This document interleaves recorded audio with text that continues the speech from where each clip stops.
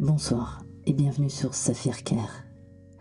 Aujourd'hui, je vous propose une séance intitulée Élan décisif afin d'apporter un petit peu de clarté intérieure et de passage à l'action.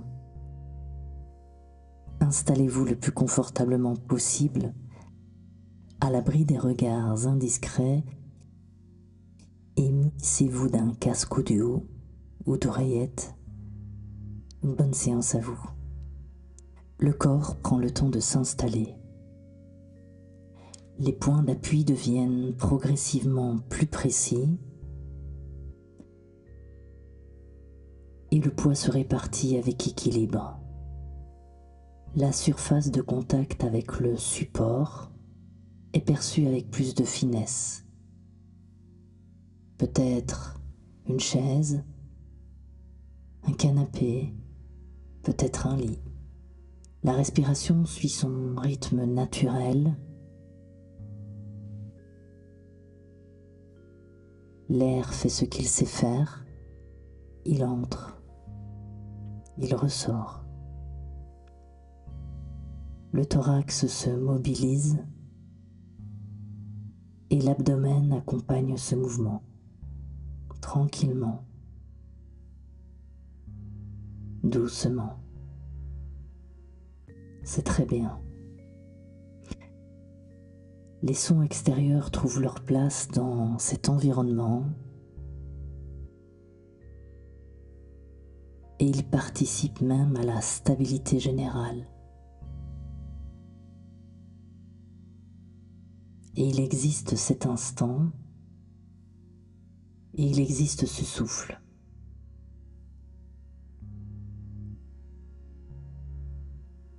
Et il existe cette disponibilité.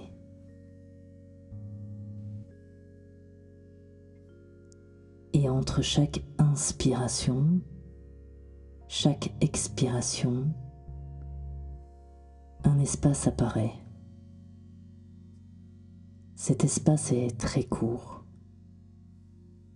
Et pourtant, il marque une transition. Lorsque l'attention se pose sur cette transition,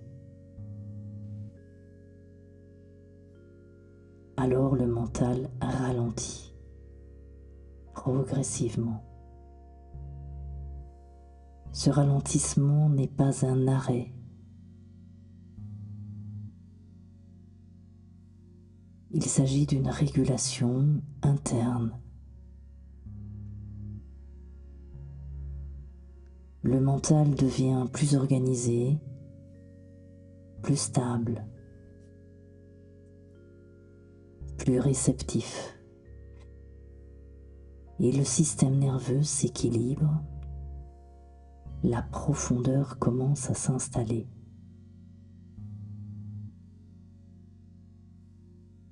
L'action humaine repose sur deux dynamiques fondamentales.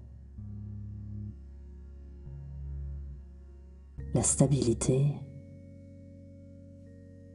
et le développement. La stabilité assure la sécurité. Elle maintient l'équilibre actuel. Elle protège nos ressources internes et ces deux forces sont présentes dans chaque organisme. Mais lorsque la stabilité domine, le système conserve ce qui existe déjà. Lorsque le développement s'active, alors le système s'oriente vers une expansion. Et l'équilibre entre ces deux forces crée une action cohérente. À chaque inspiration, le corps se stabilise davantage. À chaque inspiration, l'énergie de développement circule plus lentement. Et à chaque expiration, la stabilité s'installe davantage. Et petit à petit, là, posé sur ce support, le corps connaît cet équilibre.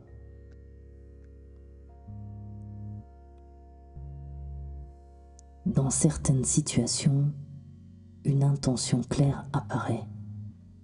Par exemple, débuter un projet, reprendre une activité ou prendre une décision importante. Et simultanément, une autre dynamique peut émerger.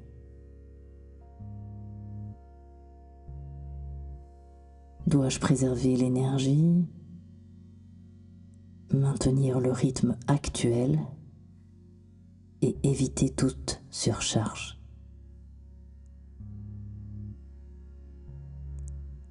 Ça n'a pas l'air, mais ces deux orientations possèdent une logique interne. La première cherche la progression. La seconde cherche la conservation. Et lorsque ces deux orientations agissent séparément, le mental perçoit une tension. Alors que lorsque ces deux orientations coopèrent, une stratégie réaliste se construit. Alors là, posé, déposé, le cœur ici et le corps détendu, le mental peut maintenant observer quelle partie souhaite avancer et quelle partie souhaite sécuriser. Une fois que les bases sont posées, on peut permettre à ces deux dynamiques d'échanger. La stabilité peut proposer un rythme adapté. Et le développement peut proposer une direction précise, sécure. Ainsi, la coopération crée de la clarté. Alors une intention devient efficace lorsqu'elle répond à 3 critères.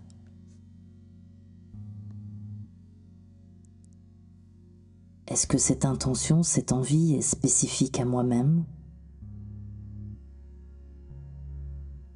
Est-ce que je peux mesurer son évolution? Et est-ce que elle est réaliste dans un délai identifiable? Le mental a besoin de carré.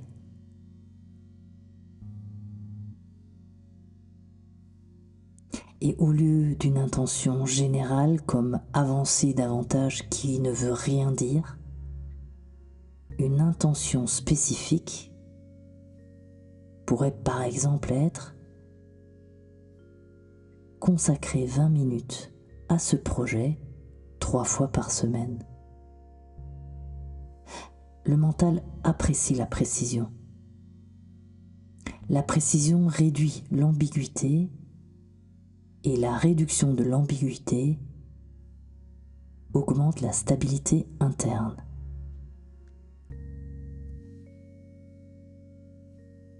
Bien sûr, plusieurs stratégies peuvent être envisagées.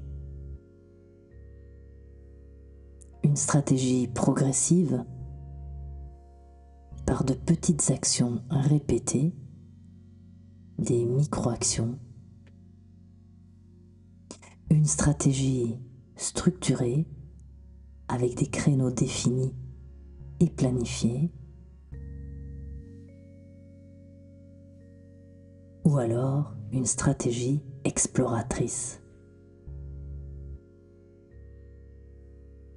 Tester différentes méthodes avant de choisir. Mais une stratégie doit avoir un engagement public, car annoncer l'objectif peut renforcer l'implication qu'on va y mettre. et le mental peut analyser chacune de ces stratégies. Le corps est toujours présent, il est là posé, déposé, et il réagit lui aussi à ces différentes options, et certaines options génèrent une détente, voire une ouverture thoracique, une respiration plus calme. D'autres activent davantage l'énergie musculaire, en relation avec le passage à l'action, et d'autres procurent une sensation de sécurité accrue.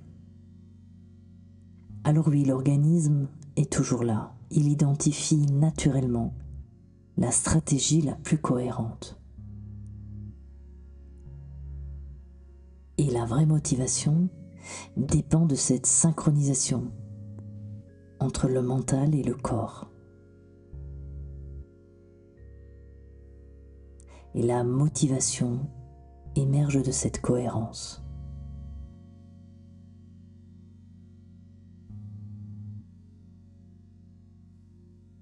Là, maintenant, tout de suite, le mental peut représenter le premier geste concret de ce changement. Ce geste peut être volontairement simple, comme par exemple ouvrir un document ou préparer un espace de travail, mettre une tenue adaptée ou noter juste une première idée. Et la représentation interne de ce geste active déjà le circuit moteur. Car la motivation ne précède pas l'action, mais l'action précède toute motivation. Dans l'action, le souffle se modifie légèrement. Le tonus musculaire s'ajuste et le rythme interne change. Cette activation constitue une répétition mentale. Le corps enregistre chaque séquence comme familière. Ce qui devient familier devient accessible.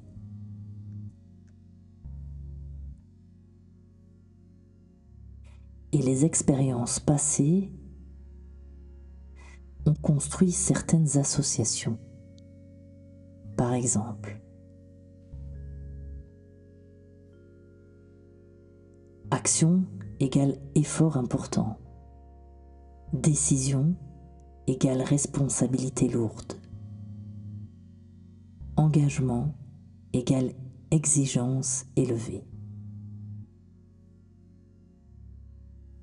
Une personne qui perçoit quelqu'un comme persévérant réagira de façon différente face à un défi. Alors le mental observe quelle image de soi soutient le mieux l'intention actuelle. Peut-être une image d'efficacité, peut-être une image de conscience, ou encore une image d'apprentissage continu. Et lorsque cette image devient plus précise, la posture corporelle se modifie subtilement. Le dos s'aligne, la respiration s'élargit et le regard intérieur se stabilise. Car l'identité choisie influence naturellement les actions futures. Et là, tout de suite, le corps est posé toujours sur le support et il pourrait imaginer un ancrage corporel structuré. Par exemple, un geste simple, comme une pression entre deux doigts, ou encore un allongement de la colonne vertébrale, voire même une inspiration profonde. Et à chaque répétition de ce geste, un ancrage corporel s'inscrit dans la mémoire.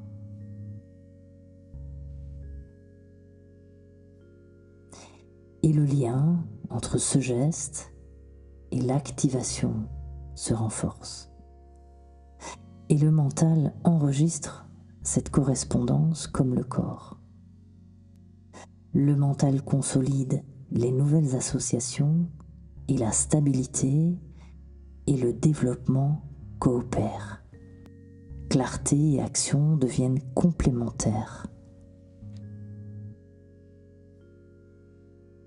Un silence peut s'installer ici maintenant, alors que le corps est posé, déposé et que la respiration est ample et légère. Peut-être que des images mentales sont toujours là, peut-être qu'elles s'en vont, qu'elles viennent et qu'elles disparaissent. Mais le corps a entendu ou peut-être retenu ou oublié ce que l'on venait de discuter. Et maintenant que la respiration devient plus ample, les points d'appui sont perçus et peut-être que ce mental revient un peu plus présent. Peut-être que le corps commence à se faire ressentir du bout des doigts qui petit à petit peuvent bouger légèrement. Et cette énergie qui recircule de façon cohérente commence à éveiller le corps. Et petit à petit, les paupières s'ouvrent, mais la direction sélectionnée reste présente. L'élan est disponible et l'action devient structurée. Aujourd'hui, maintenant, ici et maintenant, la progression commence.